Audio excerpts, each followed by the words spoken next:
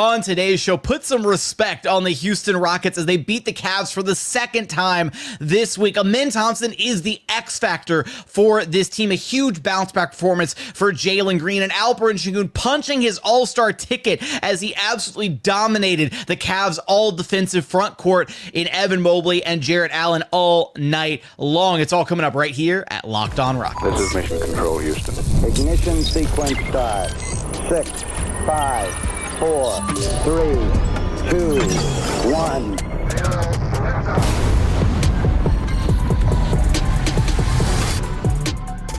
Sometimes the sequel is better than the original, as the Houston Rockets handing the Cavs another loss this week, sending them on their first 3-game losing streak all season long and just their third home loss all year. What's up, and welcome to another edition of Locked On Rockets, your daily podcast home for everything Houston Rockets basketball. As always, I'm your host, Jackson Gatlin, native Houstonian and credentialed media member. I'm also the host of Locked On NBA Thursdays. Be sure to follow along wherever you listen to your podcasts or on YouTube. Just search Locked On Rockets, where the best way you can help us grow our show is to listen every single day on a podcast platform of your choosing. Like and subscribe on YouTube. Drop us a comment while you are there. Tell me your favorite thing from this game. Maybe it was Alperen Thompson, the clutch offensive rebounds, the free throws, clamping up on defense, the block on Evan Mobley. Was it Alperen Sengun dominating on the inside? Was it Jalen Green bombing away from downtown, 5 of 11 3-point shooting? Let me know your favorite thing from this game, or just do a drive-by and say go Rockets. And you know what time it is. Rockets get a big win against a good opponent. Release the hounds. Release the hounds. Head on over to the Locked On Cavs YouTube channel and tell them Locked On Rockets sent you. Now, today's episode is brought to you by FanDuel. Super Bowl 59 is here, and there's no better way to make every play more exciting than with FanDuel Sportsbook. New customers can bet just $5, and if you win, you'll score $200 in bonus bets. Download the app or head on over to FanDuel.com to get started. And as always, thanks so much for making Locked On Rockets part of your day every single day, whether it's on your way to work, on your lunch break, in the gym. Thank you so much for being an everydayer. Rockets with the huge 135-131 win against the Cavs. Alperen Thompson with a monster triple-double, huge impact on both sides of the basketball. Jalen Green with a bounce-back performance after the two kind of last rough games that he had. He had 26 on 7 of 16 shooting, including 5 of 11 from downtown. And then Alperen Sengun just punching his All-Star ticket. Exactly the type of performance you want to see as voting is hopefully still open, but kind of putting an exclamation point on why he should be in the All-Star game this year. 26 points against the all-defensive front court of Evan Mobley and Jarret Allen for the Cleveland Cavaliers. So much to get into from this game. And look, this was a very, very different game than the last time these two teams played. The last time these two teams played, the Rockets won with their defense and a little bit of help from the basketball gods. They withstood the Cavalanche in the fourth quarter. They did just that again here in this one, but this is a game that the Rockets won with their offense. They were clicking on all cylinders really throughout the evening. They outscored the Cavaliers in the first 3 quarters of this game, 33-27 at the end of one, 35-27 in the second quarter, 33-30 in the third quarter. And it wasn't until that fourth quarter where the Rockets offense didn't even it's not like the Rockets offense faltered. It was just the Cavaliers went into overdrive, and the Cavalanche started in that fourth quarter. The Cavs outscored the Rockets 47-34 in the fourth and final frame. Ime Udoka said after the game, he was like, "It hurts my heart to give up 47 in any quarter, let alone the fourth quarter." But the Rockets were able to hold on and win. They were able to execute offensively down the stretch. They hit some clutch free throws. They had some clutch plays down the stretch. And I can't look at this game and give, I guess, player of the game, whatever, maximum props to anybody else other than Alperen Thompson. He was the difference maker in this game for the Houston Rockets. He had a monster triple-double, 23 points, 14 rebounds, 10 assists to go along with a steal, a couple block shots, 8 of 13 shooting. He was 7 of 10 at the free throw line, including some incredibly clutch free throws. And of those 14 rebounds, 4 of them coming on the offensive glass. And literally, the most important sequences of the game was there at the tail end with just over a minute to go. Rockets were leading 125, 124. Cavs are on like a 13-4, 13-5 run or something at this point to pull themselves back into it. Alperen Sengun tried posting up, and he tried making a pass to a cutting Amin Thompson. It turned the ball over. Amin Thompson was able to steal the ball back. Like, this was a legit turnover by LP. Amin Thompson steals it back, gets the pass back out to DB, who then reposts Alperen Sengun, and he gets fouled by Georges Niang, gets sent to the free throw line. Goes 1 of 2. LP misses the second free throw, but he gets the tap back to Dillon Brooks. Then the Rockets kind of swing it around the perimeter. Jalen Green misses a three-pointer, but there's another kind of like offensive rebound attempt by Alperen Sengun, and it's, ball goes out off Donovan Mitchell. And then the Rockets get another look at this offensive possession. So the offensive rebounding was key here. And this is all kind of, started by Amin Thompson kind of recovering that steal and keeping the possession going strong for the Rockets. Sengun makes a move on Evan Mobley. The double team comes over, and he barely misses this like hook shot over Evan Mobley. But then who else is there other than Amin Thompson to clean it up coming out of the dunker spot? Because when they were putting so much attention on Alperen Sengun, that Amin Thompson was right there in the dunker spot, able to clean up so much down the stretch of this game. So he gets the cleanup dunk. Rockets go up 3. Cavs come back down. Donovan Mitchell gets fouled on a 3-point attempt. Look, the Rockets had like a handful of 3-point shooting fouls in this game, but none of them were quite as egregious as the Tari Eason 3-point shooting foul on Darius Garland last game. So thankful for that. But still a bad foul on Donovan Mitchell. You put a good free throw shooter at the line. He only hits 2 of 3 though. So Rockets are still leading by 1. They come back down and they run a little perimeter action. They get the ball inside to Alperen Sengun, who gets a seal on Georges Niang. Mobley comes over to help. Again, they're sending all this attention, all these double teams at Alperen Sengun. He gets a wraparound pass to Amin Thompson, who baits Evan Mobley up in the air with a pump fake and then goes up and draws the foul. Steps up to the free throw line and hits 2 free throws with ice in his veins to put the Rockets up 129-126. Cavs came back down, and Mitchell had a really good look at a 3, man. He did. But he missed it. Rockets got the rebound. Fred hits 2 of 2 at the free throw line. The Cavs had to foul. They come back down, and then to put the exclamation point on this win, Rockets put their all defense switching lineup in there. Darius Garland tried to drive the ball in, and Tari Eason, getting a little bit of redemption for last game, blocks the crap out of Darius Garland right there at the rim. Rockets go the other way. Jalen Green gets fouled. He hits 2 of 2 at the free throw line. Game is basically over at that point. That's all she wrote. But Amin Thompson, not only down the stretch of this game, those clutch plays on offense, the second chance opportunities, the plays around the rim, the clutch free throws, but over the course of the entirety of this game, he was guarding up and down the Cavaliers lineup in this way. He started out kind of on Evan Mobley, and we saw him guarding, but we saw him block Evan Mobley on a post up. That is a 7-footer that Amin Thompson is guarding down low. Evan Mobley tried to get to a post up and tried to turn around and put a little hook shot on Amin Thompson, and Amin Thompson was like, no, and blocked the crap out of him. And then later, after guarding Evan Mobley to start the game, we saw Amin Thompson moved over to guarding Donovan Mitchell and also Darius Garland's situation, right? Handling some of the guards on the perimeter. And that was a big part of why Donovan Mitchell, he had that hot start going, 3 of 3 from the floor, a very quick 8 points within the first 90 seconds of the game. And then Ime Udoka switched things up and put Amin Thompson on him, and he missed his next 10 or 11 shots in a row because you put Amin Thompson out on on Donovan Mitchell as his primary, so helping kind of to cool him down. Mitchell finished the game with 33 points, but it took him 27 shots to get there. Garland, a bit more of an efficient night, 39 points on 22 shots, 14 of 22 from the floor for him, but it wasn't enough. The Cavs backcourt, they lit the Rockets up to the tune of 72 points. Wasn't enough because the Rockets got a well-balanced scoring approach. All 5 starters scoring in double figures. Dillon Brooks was the only starter not to hit 20 points. You had Sengun with 26. You had Jalen with 26. You had Amin Thompson with 23. Fred VanVleet with 20. A huge night from Steven Adams off the bench with 14. Just an all-around team performance, but Amin Thompson was the guy getting it done on both ends for this Houston Rockets team. He's the X factor. He's the difference maker.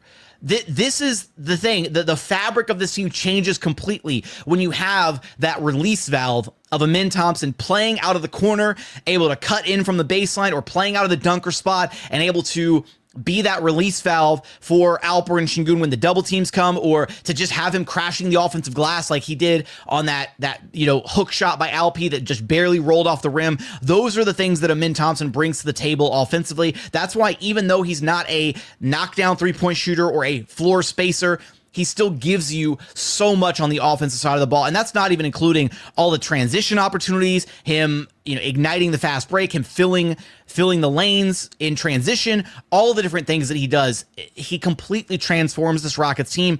He is their X factor, and he's playing like a star player right now in his role. He is crushing it in the month of January as a starter, and I cannot see any world where the Rockets ever remove Amin Thompson from the starting lineup. He's legitimately blossoming into a star caliber player right in front of our eyes. All he needed was the opportunity, and he's getting plenty of that now. Fantastic game for Amin Thompson. Again, second career triple-double for him in this one. Coming up, we got to talk about Alperen Sengun punching his all-star ticket, trying to make a claim for why he deserves to be an all-star with this dominant performance on the interior against Jarret Allen and Evan Mobley. Got to talk about Jalen Green's bounce-back performance, the huge contributions off the Rockets bench, literally huge contributions. Steven Adams. Going to get to all of that and so much more here in just one moment. First, today's episode is brought to you by FanDuel. Super Bowl 59 is here. One game, two teams, endless possibilities, and there's no better way to make every play more exciting than with FanDuel Sportsbook. Whether it's predicting the first touchdown, calling the MVP, or even betting on the coin toss, FanDuel makes it easy to get in on the action with live betting all game long. You can adjust your bets as the game unfolds and feel the thrill from kickoff to the final whistle. The live betting feature lets you stay involved no matter what happens on the field, and the app is super easy to navigate. Plus, knowing that you can place a $5 bet and potentially win $200 in bonus bets for the Super Bowl, that's the icing on top of an already delicious cake. Download the app or head on over to FanDuel.com to get started. Bet just $5, and if you win, you'll score $200 in bonus bets. That's FanDuel.com. Bet with FanDuel, official partner of Super Bowl 59. And continuing on here at Locked On Rockets, your daily podcast, home for everything Houston Rockets basketball. Let's talk a little Alperen Sengun in this game, who was just flat out dominant against the Cavs bigs. He made them look like frauds at various points in this game. 26 points, 9 of 17 shooting. He was 1 of 2 from downtown, 7 of 13 at the free throw line. So still, the free throws are still a little shaky for Alp, but he had the touchback on the interior in this game. At least it felt like it for a majority of it. To go along with, he had 8 rebounds, 3 assists, no turnovers, so taking good care of the basketball. And man, his presence on the inside, it didn't matter who the Cavaliers put on Alperen Sengun in this game. The fact that they were guarding him with George Niang at the end of this game should tell you all you need to know about how badly Jarret Allen and Evan Mobley were getting burned. They put in Tristan Thompson for a 5-minute stretch because Allen and Mobley had no answer for Alp this game. He was dominating them. It didn't matter what they were doing. He had a play on Evan Mobley where he had the seal on Evan Mobley and just immediately got the entry pass and then flipped the shot up over the back of his head without even turning around, literally a behind, just a reverse throw up to the rim as Evan Mobley fouled him and got sent to the free throw. A little ridiculous kind of and one for Alperen Sengun. He had another one early in the game where he got the post up on Evan Mobley and picked up his dribble by accident and was looking for a release valve, was trying to pass it back out to get a repost or kind of reset the offense, and nobody could get open. So Alp just did a little pirouette and just stepped right past Evan Mobley and scooped it up and in at the basket. They had no answer for Alperen Sengun in this game. And the best part was when the Cavaliers did ultimately go to their zone defense, it didn't matter. It didn't matter either, whether it was Alperen Sengun in the game, whether it was Steven Adams in the game. It didn't matter. The Cavs zone defense actually gave the Rockets some pretty serious problems last game. This game, the Rockets just absolutely carved up the Cavaliers zone defense. It didn't matter what they were throwing out there. The Rockets ball movement was impressive. They were moving the rock around. They were getting to the middle of the floor and then kicking it back out and then hitting cutters. And I mean, this was some like 2014 Spurs level of ball movement in this game to beat the Cavs zone. And the Cavs zone is really tough to beat because they've got so many lengthy guys out there between Allen and Mobley, like commanding so much of the space in that zone, which is how they're able to push their zone defense all the way out to the perimeter, right? It's not really a traditional zone where you're like occupying space kind of right around the 3-point line. They were like pressing that zone all the way out, and it didn't matter. Rockets were able to beat it, whether it was Sengun in there breaking it down from the middle, whether it was Steven Adams in there breaking it down. But on the interior, man, Sengun was fantastic. Yes, the free throws continue to be frustrating, and this was not one of Sengun's better defensive performances of the season, but you could say that for the entire Rockets team. I mean, this was probably one of their worst defensive performances all season long, especially with the 47 being given up there in the fourth quarter. The pick and roll defense was questionable. Rockets perimeter defense struggled at times. Dillon Brooks struggled to keep guards in front of them. There were plays where Fred and Jalen were letting guys get by up. Like, this was just a bad defensive performance across the board, but offensively, things were beautiful. The Rockets really were clicking on all cylinders. Some of the actions and the little plays between Alperen Sengun and Amin Thompson, like they had one where Alp was rolling into the middle, off a pick and roll, passed it to Amin Thompson, who was cutting in from the baseline, and Amin was kind of caught in between wanting to like go up with it and I guess like finish at the rim or like shoot a jumper or whatever, but he caught it and then he like immediately dished it back to Alp, who then put up the little push shot right there in the paint. And it was like a little beautiful, it wasn't quite a give and go, but just a little like boom, boom, boom, like rapid fire back and forth between Alp and Amin Thompson. And those two guys have such incredible chemistry with one another already. But this is exactly the type of game that you want to see from Alperen Sengun heading into the final week of NBA All-Star voting. The NBA All-Star starters have already been decided. Western Conference, Steph Curry, Shai Gilgeous-Alexander, Kevin Durant, LeBron James, and Nikola Jokic. Those five make sense. Really no surprises there. The question mark is, will Alperen Sengun be able to make it as an All-Star reserve? And I don't see how not. Like, it doesn't make, like, he's got to make it, right? And this is exactly the type of game that you want to see against a all defensive front court for the Cleveland Cavaliers and Jarret Allen, Evan Mobley, who had no answer for Alperen Sengun, had to go to Kenny Atkinson had to go to Tristan Thompson for 5 minutes to try and see if he could slow down Alperen Sengun. And then to close the game, he elected to go with George Niang as the primary defender on Alp and was attempting to double and triple team him down the stretch in order to try and win this game. And it didn't work because Alp repeatedly, he either got fouled and got sent to the free throw line, or he was able to make the right reads, the right passes, and get it to Amin Thompson, or even when he missed a shot, Amin Thompson was right there to clean it up anyways. And the only way that works, right, is all the gravity that Alperen Sengun commands. He said it the other day before this game. Why should he be an all-star? He gets double and triple teamed every single night. Every single team is game planning against Alperen Sengun every single night. And the coaches are the ones who vote in the All-Star reserves. So there's 7 slots available. Alperen Sengun just put on like an exclamation point for his candidacy for an All-Star selection. Rockets are the number 2 seed in the Western Conference, and they are the 4th best win percentage in the entire NBA. There is no way in my mind that Alperen Sengun doesn't receive an All-Star nod going into this year's All-Star game. So with that, strong performance from Alperen Sengun leading the way down low for the Houston Rockets. Coming up, got to talk about Jalen Green's bounce back performance, the huge contributions off of the Rockets bench, and so much more. We're going to get there in just one moment.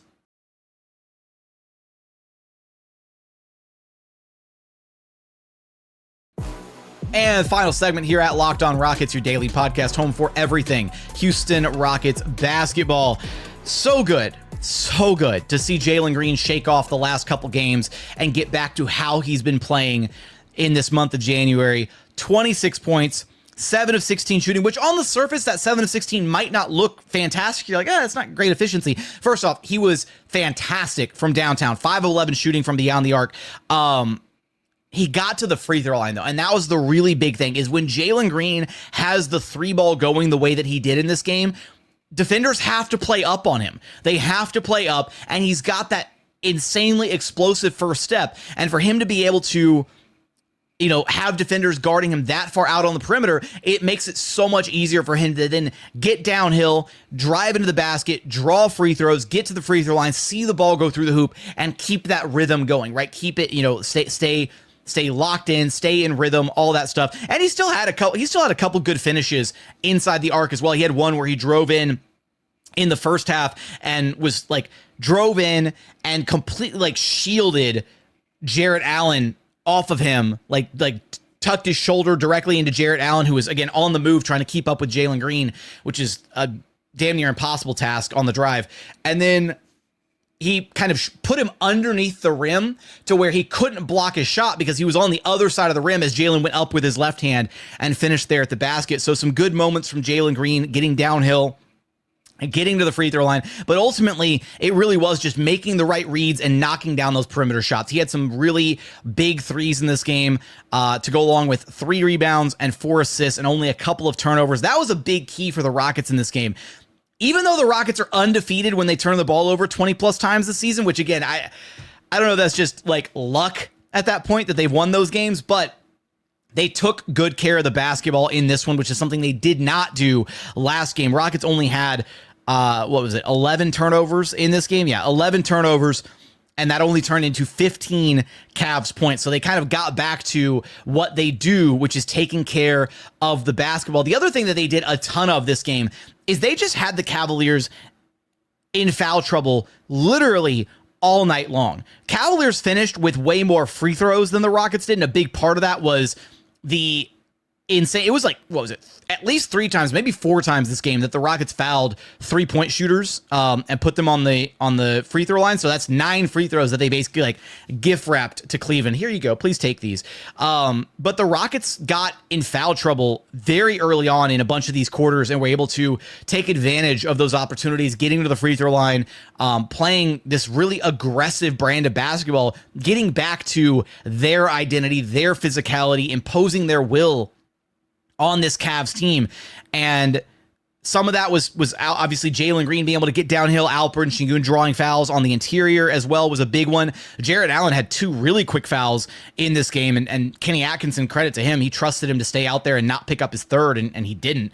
But it didn't, not that it mattered, because Jarret Allen just still had no answer for LP in this game.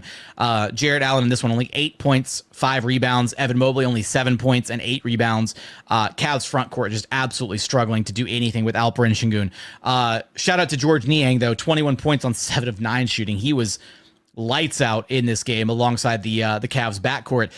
But one of the other guys that caused the Cavaliers a ton of trouble in this game was Steven Adams, who continues playing the best basketball of his Rockets career. He's really rounded into form. Every single time that Steven Adams steps on the court, his minutes are so impactful. He was the second highest plus minus on the Rockets in this game, +7 in his 15 minutes played. He finished with 14 points on 4 of 6 shooting, including 6 of 9 at the free throw line. Nice.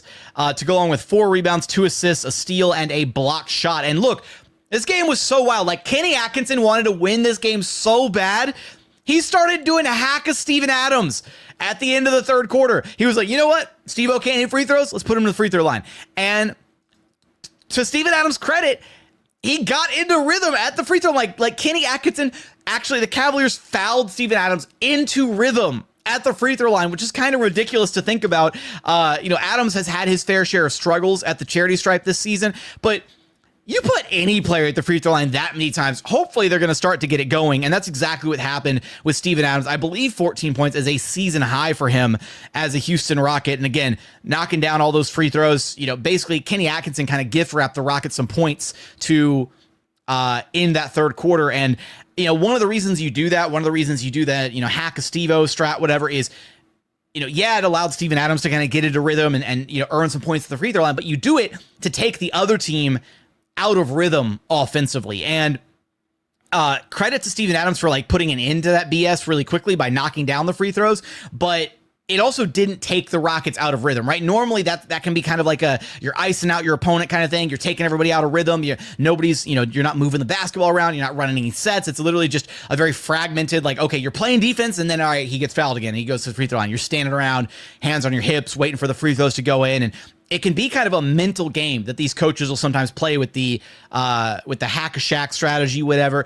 And it didn't phase the Rockets. They kept things running on all cylinders. The offense never really faltered in this game. Again, for the Rockets going 33, 35, 33, 34 scoring in this game, finishing with 135 points. This is easily one of the better, or one of the best, I should say, offensive performances by the Rockets all season long. They really did a fantastic job keeping, their offensive composure despite Kenny Atkinson trying to throw a little bit of a wrench into their plans. So loved what we saw out of the Rockets in this one. They really did take advantage in this game.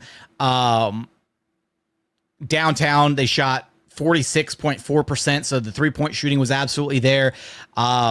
Just a really, really strong all-around game. And got to give a couple quick shouts here at the end to Fred VanVleet, who, again, continues to look so much more comfortable in this role where he's able to be more of an ancillary piece to the Rockets offense instead of having to be the guy like he was earlier this season when Jalen Green was slumping and he felt like he had to take over games and lead the charge for the Rockets. When he's able to slot into that third or fourth option role offensively, when he's able to just take care of the basketball and share the rock and get other guys involved, he looks incredible. 20 points on 6 of 13 shooting. He was 6 of 9 from downtown, so another 6 of 9. Nice. Hit 2 clutch free throws as well at the end. Had a huge three-pointer late in the game as the Cavaliers were making their huge run to get back into it. So, from the left corner late in that fourth quarter, had 3 rebounds, had 6 assists. And look, this was a game where the Rockets got back to their rebounding ways after getting out rebounded by the Cavaliers, or at least it felt like they were getting dominated on the glass last game. They out rebounded the Cavs. I believe it's 45-40. I think my box score might be messed up here, so maybe don't fully quote me on that stat, but I think I have those stats right. It looks like the box score is messed up on what I'm looking at. It's like the numbers are all shifted one column over, but I believe it was 45-40 rebounding advantage going to the Rockets' way in this game. Second chance points was basically a wash in this one. So even though the Rockets were active on the offensive glass, so were the Cavaliers at various points in this one. But just a good all-around win. Like, look, and I'll end with this. The Rockets may not be like true contenders this season. They might not be, a team that's like favored to make it out of the Western Conference or anything, but they're absolutely one of the best teams in the association this year, bar none. They're the 4th best team by win percentage in the NBA. They've been one of the top teams all season long. And yeah, the Rockets maybe don't have, their true blue, like top 15, top 10 star, like some of these other top teams do, but they do it by committee, and it's worked so far this season, right? When they have all their guys show up, the Rockets have the most players of any other team in the NBA scoring in double figures or averaging double figure points per night. And when they're able to get performances like this from their stars, from Alperen Sengun, from Jalen Green, Thompson has been so consistent since being injected into the starting lineup. That big 3 is really carrying this Rockets team now and kind of coming into their own. And so, yeah, they might not have a legitimate de facto star yet of that big 3. Obviously, Alperen Sengun, hopefully he becomes an all-star this season. Jalen Green playing like a star in the month of January and really trending upwards since Thanksgiving. Thompson growing and blossoming before our very eyes. Even though the Rockets don't have a concrete star yet, they've got so much talent up and down this roster. And they're incredibly deep. They've got the contributions coming off the bench. Talked about Steven Adams, but also shout out to Jae'Sean, Tate, Tari, Eason. Their impact on this game. Cam Whitmore coming in, providing some energy, a spark off the bench, 2 points, a rebound, an assist. He didn't play in the second half. Turns out, Ime Udoka said after the game he was dealing with an illness. So that kind of maybe explains why Cam didn't quite look like himself fully on the court, and also didn't show up there in the second half. Wasn't even on the Rockets bench. So hopefully Cam's okay. Maybe a little bug or something. But this Rockets team is on the exact same trajectory as last year's Oklahoma City team, right? OKC was dominant last year. They finished as the 1 seed. They made it to the second round of the playoffs, and they got blasted by the Mavericks, right? Like, it was a tough draw for them, but this is they got beat by the Mavericks, right? Oh yeah, there we go. I don't know why I'm like, right? It was Mavericks or was it Wolves? Why am I drawing a blank on this? Oh my God. Okay, well, I'm not going to look it up mid-pot. I don't know why I'm like suddenly like second guessing myself. It was Mavericks, right? Okay, whatever. Anyways, OKC, second round, exit, 6 games against one of those two teams. I don't know why I'm drawing a blank. It's early Sunday morning. I apologize. Anyways, Rockets are on that same trajectory, right? Where they are far exceeding expectations this year. They've very much like broken into, they're not quite in that true contender echelon of teams, but they are literally in the very next tier. They're at the top of that very next tier. Like they're right there where you would put like the Memphis Grizzlies and probably I would say I don't even know if you want to throw like the Knicks in that true contending tier. Like I think there's 3 teams that look like they're clearly a cut above every other team, and that's the Cavs, the Celtics, and the Thunder. And then from there, I think you go, it's like the Knicks, the Rockets, the Grizzlies, the Bucks, the Nuggets, like that next kind of tier of teams. And then there's like another separate tier behind that. And the Rockets are firmly like in that tier, and they're probably near the top of that tier because they're so incredibly young. They've still got so much more growing up to do. And that's what this year's all about. Get to the playoffs, get that experience, and see where this team can ultimately go. Very proud of this team, very excited for this win. It was a fantastic win, one of the best wins of the season. And again, kind of a statement win, right? Back-to-back wins against the Cavaliers. Only one other team has beaten the Cavs twice this season. That's the Atlanta Hawks. And the Rockets are still the only team in the association that's beaten both the Cavaliers and the OKC Thunder. So the 2 top teams in each of their respective conferences. And I believe, if the math is correct in my head, they're 14-6 combined against the top 8 teams, I think it is, in each conference, if I'm not mistaken. So like the Rockets' record against good basketball teams is like the proof is in the pudding. They're good against good teams. And you can look at their record, and they've dropped they've had some bad losses to bad teams this year, but they've ironed things out. And this is a good basketball team, man. Enjoy it. Enjoy the run that this Rockets team is on, because it's some fantastic stuff we're witnessing. With that, that's going to do it for today's episode. I want your thoughts on everything that we discussed. I want your reactions, your thoughts from this Rockets win against the Cavaliers. Let me know in the YouTube comments. Remember, the best way to help us grow the show is to listen every single day on a podcast platform you're choosing. Like and subscribe on YouTube. Drop the comments while you're there. Subscribe to the daily Locked On Rockets newsletter. But as always, thank you so much for watching. Thank you so much for listening. And we look forward to having you back right here at Locked On Rockets, your daily podcast home for everything Houston Rockets basketball.